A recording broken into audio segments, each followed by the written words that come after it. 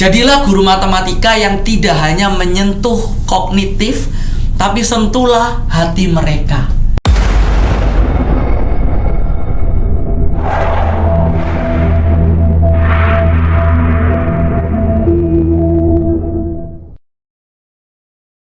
Halo semuanya, kembali lagi dengan saya di podcast Matematika.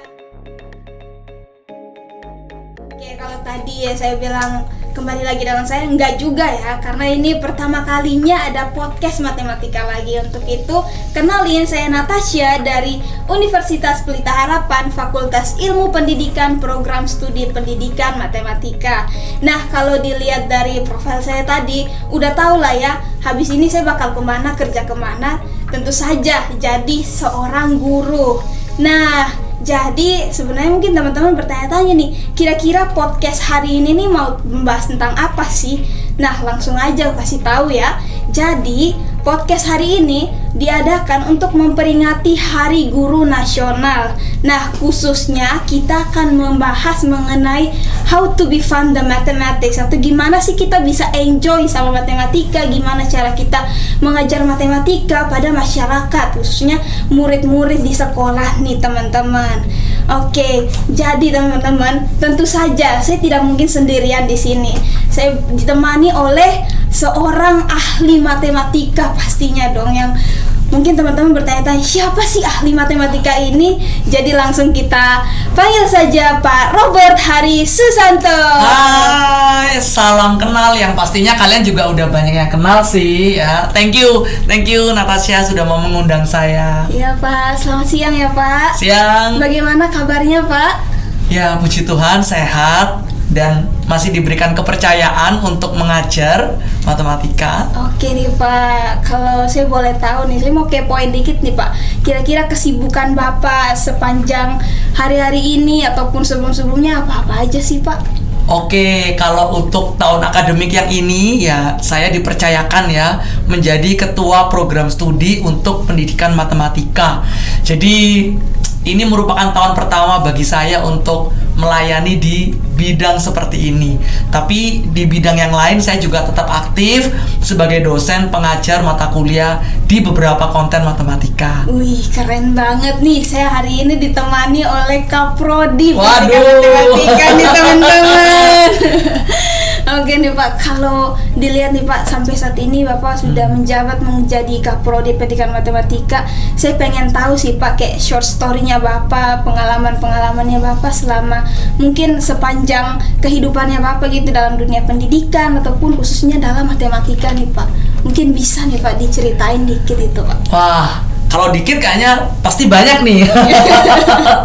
Ya, kalau di dalam dunia pengajaran matematika itu sendiri, sebetulnya banyak sekali fenomena-fenomena yang saya masih amati dari zaman saya menjadi guru sampai saya juga menjadi dosen seperti sekarang.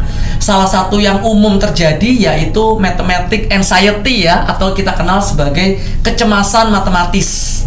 Itu saya pengalaman mengajar dari SMP, SMA, bahkan sampai S1 ya.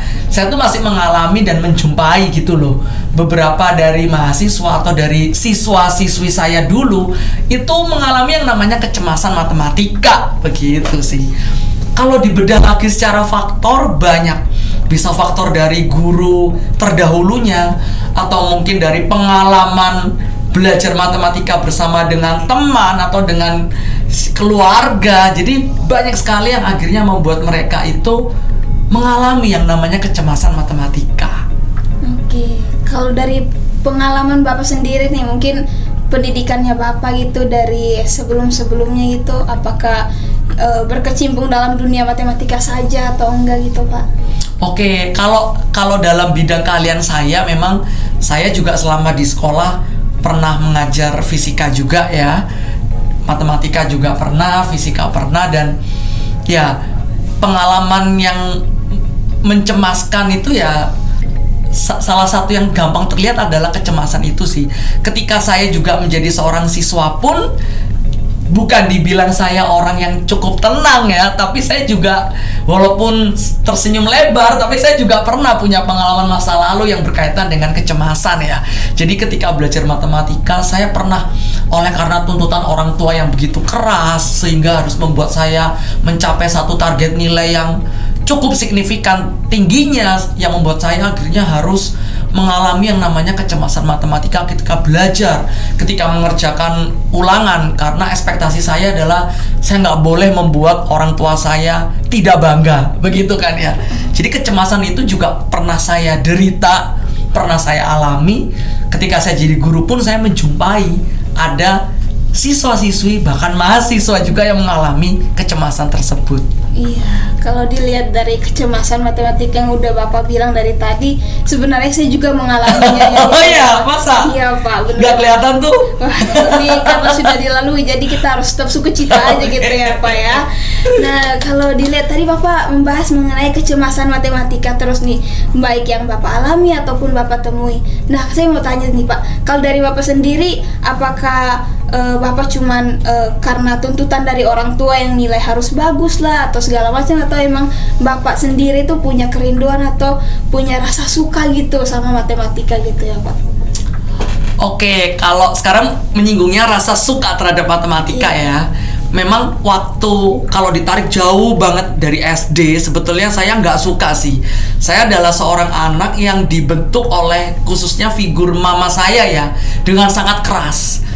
Khususnya ketika mama saya mengajari matematika gitu ya. Mama saya betul-betul nge-push gitu ya, mendorong saya untuk harus bisa matematika dan men-setting satu standar nilai yang menurut saya saat itu tidak wajar gitu ya. Jadi kalau KKM-nya dulu zaman saya masih bisa 50, 60, tapi mama saya itu harus 90 baru seneng gitu ya. Bahkan ketika mengajari saya di rumah, ketika saya nggak bisa, saya mengalami yang namanya juga kekerasan gitu ya. Saya dibentak, saya juga dipukul. Jadi kalau dibilang kecintaan matematika kala itu belum ada gitu ya. Sampai saya juga dikasih sama guru les gitu ya. Saya juga makin takut, makin nggak ngerti. Jadi kalau dibilang dulu nggak ada sih. Nggak ada. Kalau saat ini gimana nih Pak? Wah, cinta banget lah, buktinya jadi kaprodi. Keren banget nih Pak. Karena memang seiring berjalannya waktu ya, berbagai pembentukan yang akhirnya kalau saya sih lebih melihat kepada ketika saya perlahan-lahan belajar matematika dan mendalami matematika, itu saya melihat bahwa oh, ternyata mempelajari matematika ini kayak menimbulkan satu prestisius gitu ya, satu keistimewaan ya. Wah, keren banget nih awalnya. Terus pelan-pelan saya mulai menyadari bahwa oh iya ya, ternyata belajar matematika ini penting.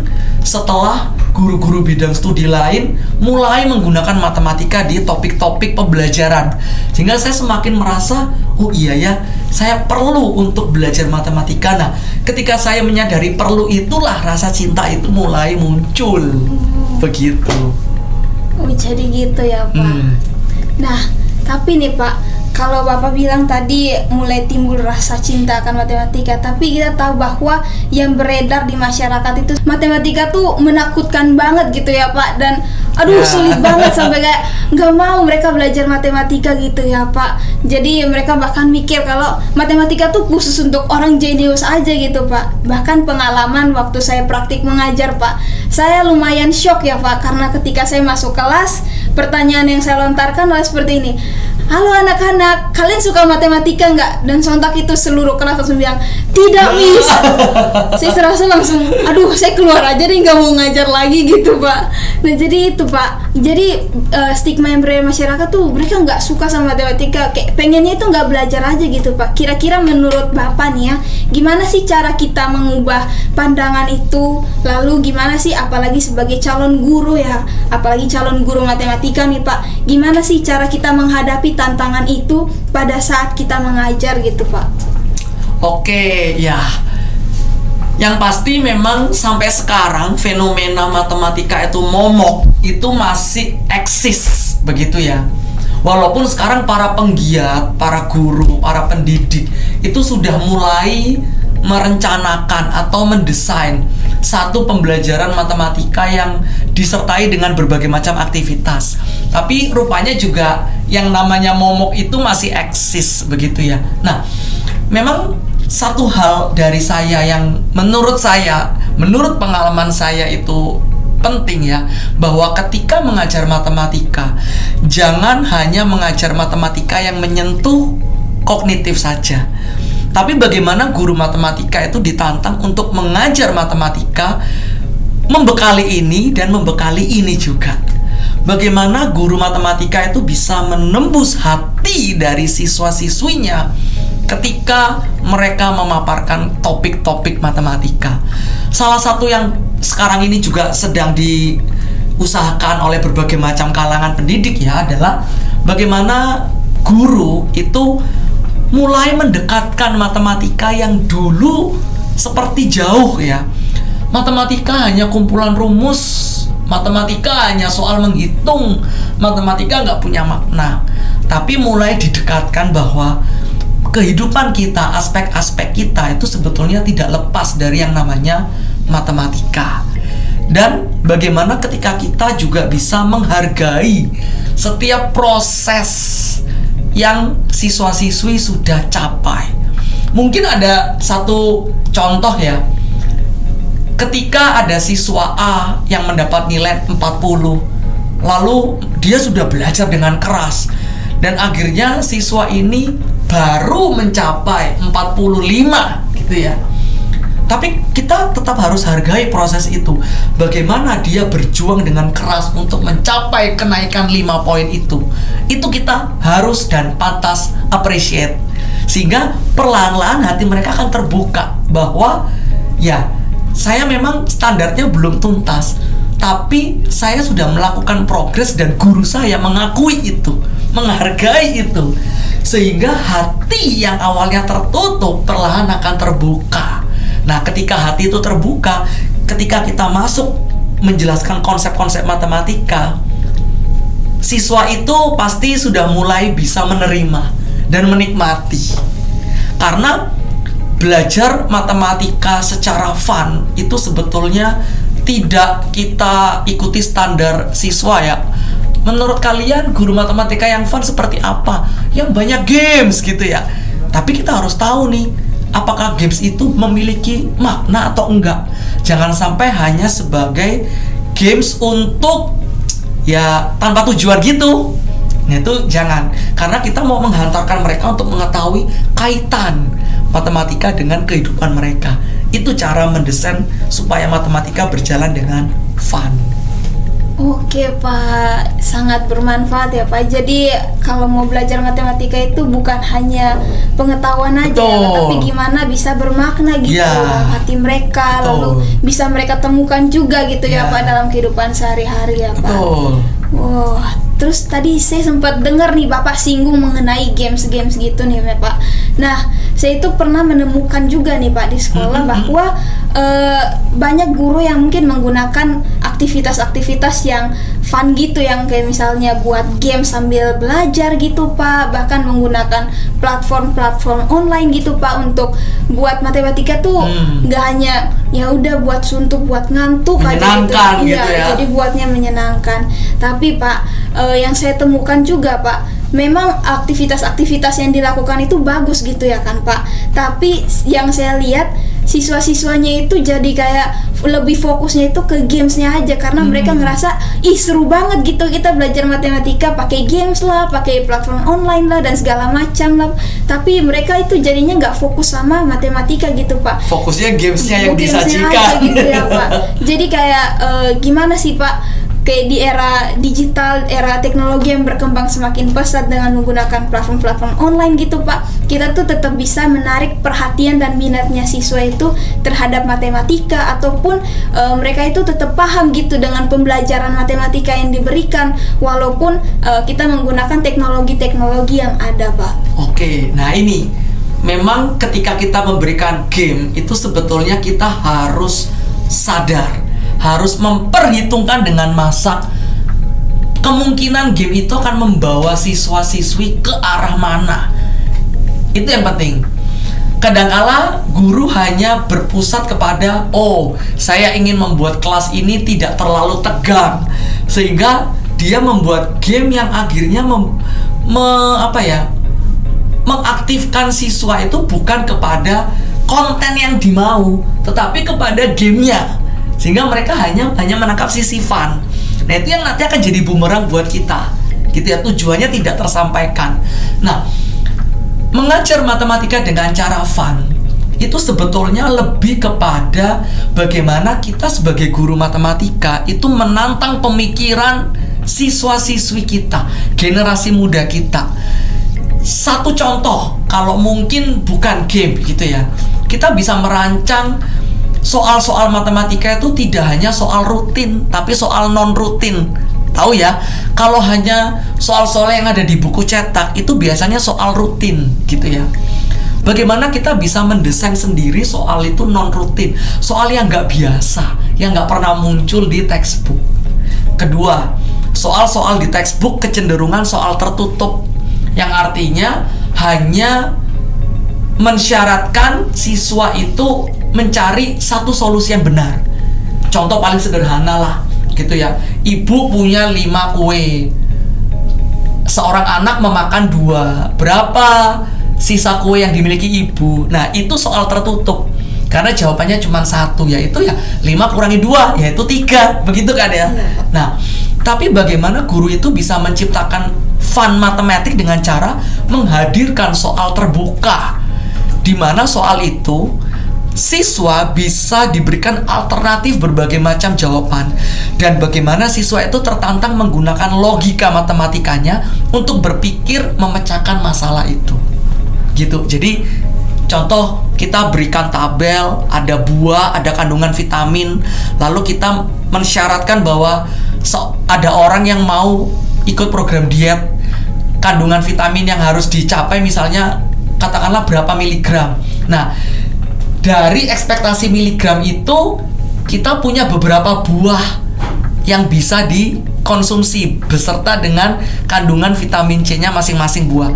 Nah, bagaimana untuk mencapai kandungan yang ditentukan dokter? Maka siswa itu akan mengkonstruk sendiri buah mana yang aku pilih, berapa porsi, berapa gram. Nah, mereka akan menggunakan logika mereka untuk mencari solusi atas masalah yang diberikan. Bukankah itu membuat fun? Oh iya, bener juga ya Pak. Ya kan? Ya. Pikir lagi nih Pak. Iya. Jadi intinya kita nggak hanya berpatokan pada yang ada di buku aja nih Betul. Pak. Bahkan kita sendiri bisa buat gitu ya Iya. Pak. Buat Soal-soal terbuka yang solusinya nggak harus satu, tapi bisa bermacam-macam. Siswa bisa mengkonstruk sendiri supaya aku bisa memecahkan masalah itu, apa yang harus aku lakukan. Nah, dari situ nalar logika berpikir akan terpakai. Gitu ya Pak. Sih jadi mikir juga nih Pak, karena banyak anak-anak gitu yang bilang, ngapain sih kita belajar matematika, nggak ada gunanya gitu dalam kehidupan. Padahal mereka megang uang aja itu udah uang matematika iya. Gitu. Hanya mungkin karena di sekolah hanya ngajarnya mungkin misalnya kayak kasih dari buku materinya langsung memaparkan aja gitu, jadinya kayak oh ini cuman gini. Jadi mereka nggak tahu gitu ya Pak, fungsinya dalam kehidupan sehari-hari itu kayak gimana. Betul. Okay. Dan era teknologi sekarang juga seperti yang tadi Tasya soroti ya, sudah banyak sekali platform-platform online. Nah, itu guru juga perlu bijak nih, karena guru yang tahu konteks kelas yang mereka ampu. Apakah kelas itu mumpuni untuk platform A, platform B? Guru yang harus aware melihat sisi positif dan negatifnya. Guru matematika harus berstrategi. Kira-kira resiko yang paling minim adalah ketika saya menggunakan platform apa. Nah, itu yang perlu dipikirkan secara masak. Kadangkala kelas 7A dan 7B kita nggak bisa samakan platformnya. Demikian juga dengan pemilihan games ya. Ketika kita tahu bahwa kelas itu cenderung mengartikan games sebagai satu aktivitas yang negatif, maka kita perlu untuk mendesain ulang kira-kira untuk membuat matematika ini fun dan meaningful ini seperti apa. Nah, sehingga konteks fun di sini nggak harus terpatok pada game ya. Tapi yaitu bagaimana matematika itu mendorong siswa yang ada di kelas itu berpikir menggunakan logika matematisnya untuk memecahkan kasus-kasus yang dipaparkan. Gitu. Oke, seperti itu ya Pak. Iya. Jadi sebenarnya jadi guru ini bukan hal yang mudah ya teman-teman. Nggak mudah banget, karena bukan hanya ngasih materi, ngajar selesai, tapi kita juga harus perhatikan gitu ya Pak, kondisi kelasnya, karakteristik siswa-siswanya. Apalagi kan mau jadi guru nanti kan? Iya benar banget ya Pak. Kan, matematika kan? Iya Pak. Aduh, oke nih Pak. Sebenarnya tadi saya timbul satu pertanyaan lagi sih Pak. Semakin Bapak memberikan jawaban, semakin banyak pertanyaan gitu yang muncul Pak. Nah tadi kan kita bahas nih Pak soal tadi Bapak bilang kayak memberikan soal-soal yang mungkin bukan soal-soal tertutup aja, tapi soal-soal yang terbuka, bahkan kita bisa buat sendiri gitu untuk mereka, biar mereka tahu oh ternyata matematika tuh ada dalam hal ini juga. Nah itu kan dalam konteks soalnya gitu Pak. Kalau misalnya dalam pengajarannya gitu Pak, apalagi nih Pak, saya pernah nih Pak ngajar statistika nih Pak. Tahu lah ya Pak, itu banyak banget angkanya dan murid-murid pun itu ngerasa kayak kenapa angkanya itu banyak banget gitu. Jadinya mereka langsung nggak mau belajar gitu Pak. Kira-kira nih Pak, menurut Bapak sendiri, kira-kira strategi apa sih yang mungkin cocok gitu yang bisa kita pakai gitu saat kita mengajar matematika gitu Pak? Ya, kalau berdasarkan contoh yang Tasya paparkan ya waktu praktikum mengajar ya, topik statistika. Sebetulnya topik statistika itu sangat erat pendekatannya dengan aspek kehidupan. Karena statistika ini kan berhubungan dengan pengumpulan data, di mana data itu kita kalkulasi, kita analisis, kita tafsirkan sebagai bentuk kesimpulan, gitu ya. Sehingga saya pernah kalau dulu sih menggunakan sistem project based learning, begitu ya. Jadi siswa di dalam kelas saya, katakanlah kelas 7 begitu ya, saya bagi mereka ke dalam misalnya 8 kelompok, masing-masing kelompok ada 4 sampai 5 orang gitu ya. Lalu saya minta mereka untuk mencari topik apa yang mereka bisa ambil sebagai data untuk mereka jadikan analisis statistiknya. Nah, data topik yang mereka pilih itu nanti mereka bisa ambil dari kakak-kakak tingkatnya gitu.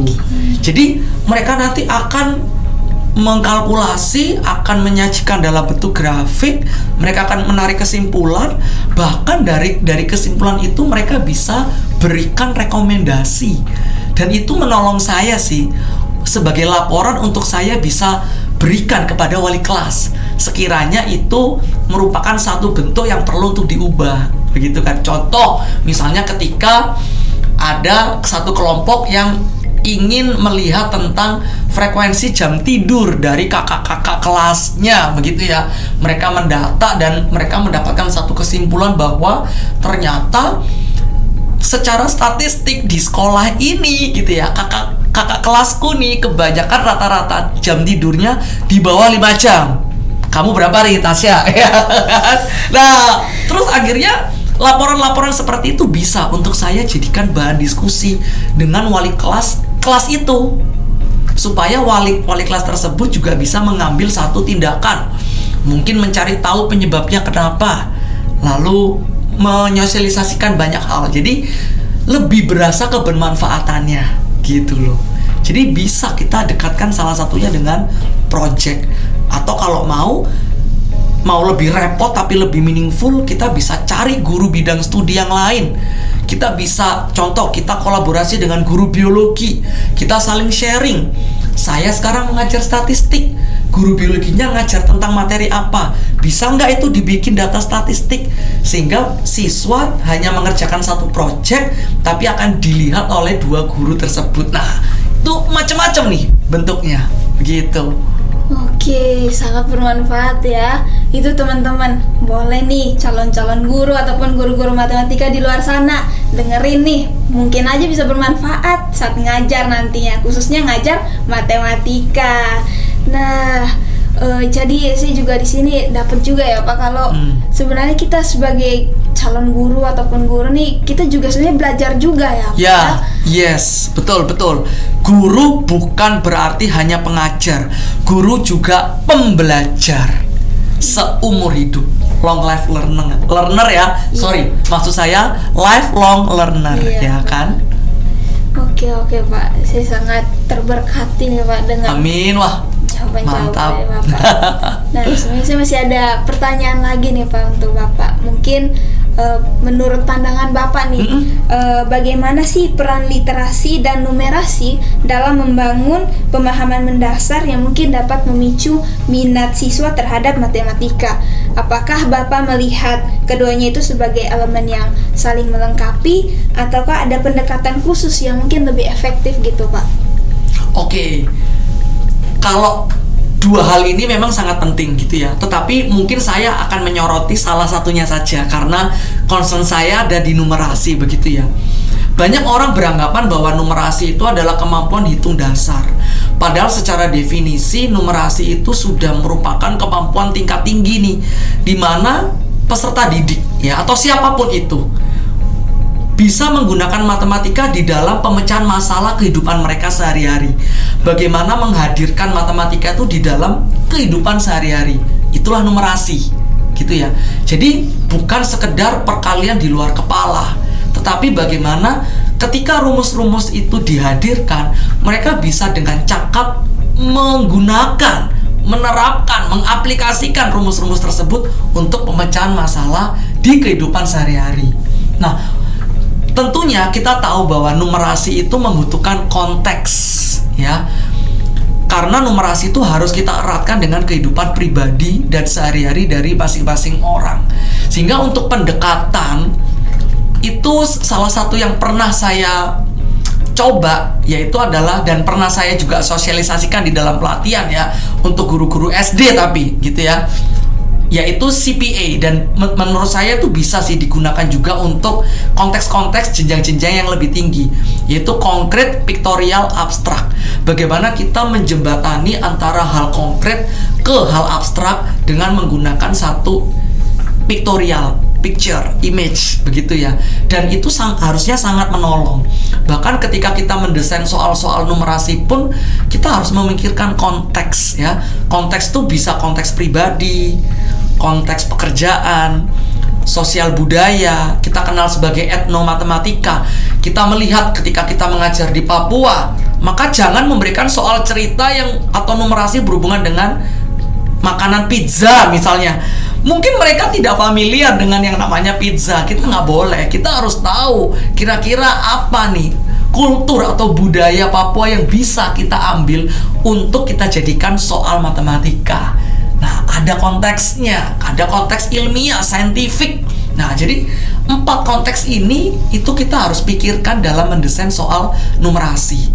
Dan ketika Tasya bilang bahwa apakah numerasi ini sangat menolong manusia di dalam hidupnya gitu ya, bagi saya itu sangat amat menolong. Karena justru numerasi itu menghadirkan satu skill yang menolong generasi muda atau kita yang belajar matematika itu menggunakan matematika di dalam kehidupan sehari-hari. Jadi sangat amat penting gitu. Oke Pak, kalau dari jawaban Bapak nih, menurut saya ini sepertinya tadi udah kita bahas juga ya Pak. Kayak misalnya gimana sih pembelajaran matematika ini bermakna gitu betul, ya Pak. Jadi fun ini harus ada meaningfulnya ya. Jangan hanya fun titik, tapi harus fun and meaningful. Karena kalau fun jatuhnya itu tadi, kita kasih games, kita nggak punya makna, akhirnya siswa tidak mendapatkan goalnya, tapi hanya mendapat fun. Akhirnya capek mereka, itu ya. Waktu kita review, sudah belajar apa dari gamesnya? Mereka nggak bisa jawab, dah itu tuh fun and meaningful. Oke nih Pak, terima kasih ya Pak atas ilmu-ilmunya nih Pak. Nah, sebelum mungkin waktu berakhir nih Pak, mungkin ada gitu Pak tips gitu untuk sebelum waktu berakhir ya Pak, mungkin dari Bapak ada tips untuk calon-calon guru ataupun guru-guru matematika di luar sana gitu Pak, dalam menghadapi tantangan-tantangan yang ada saat mengajar Pak. Oke ya, buat guru-guru matematika yang akan lulus atau mungkin buat generasi muda yang belum memiliki keinginan menjadi guru matematika, mungkin suatu saat Tuhan panggil ya. Jadilah guru matematika yang tidak hanya menyentuh kognitif, tapi sentuhlah hati mereka. Ciptakan satu atmosfer kelas yang mendorong mereka untuk menggunakan ilmu, konsep, rumus matematika di dalam pemecahan masalah. Berkreasilah dengan soal-soal terbuka yang menuntut mereka tidak hanya kepada satu solusi yang benar, tapi mendorong mereka untuk bereksplorasi dengan berbagai macam alternatif pilihan jawaban. Sehingga dari situ mereka akan berkembang logika matematika dan critical thinkingnya. Serta untuk guru matematika juga ya, ini saya juga dapat nih satu insight dari dekan yang lama ketika saya menjadi mahasiswa juga di Fakultas Ilmu Pendidikan UPH ini ya, yaitu ya ini dalam bahasa Inggris ya, kita harus melihat COP sebagai COP juga. Jadi we must see COP as COP, COP as COP. Nah, C yang pertama, kita harus melihat challenge sebagai chance. Jadi bagaimana tantangan itu justru memberikan kesempatan bagi kita. Kesempatan buat apa? Ya untuk berefleksi, untuk mendesain, berkreasi. Ya. Oh, bagaimana kita melihat obstacle? Ya itu sama sih, tantangan ya, pergumulan sebagai opportunity, gitu kan. Lalu yang terakhir, bagaimana kita melihat problem P ya, masalah sebagai provision, yaitu penyediaan kita untuk terus mau berkarya dan terus mau membangun matematika yang lebih bermartabat. Oke, terima kasih Pak Robert atas tipsnya nih. Nah, dengan begini berakhir sudah podcast kita hari ini nih. Teman-teman, jangan sedih karena podcast kita berakhir. Tapi kalau misalnya teman-teman ada ide, atau ada saran gitu, boleh langsung komen di bawah. Jangan lupa juga like dan subscribe ya. Tolong.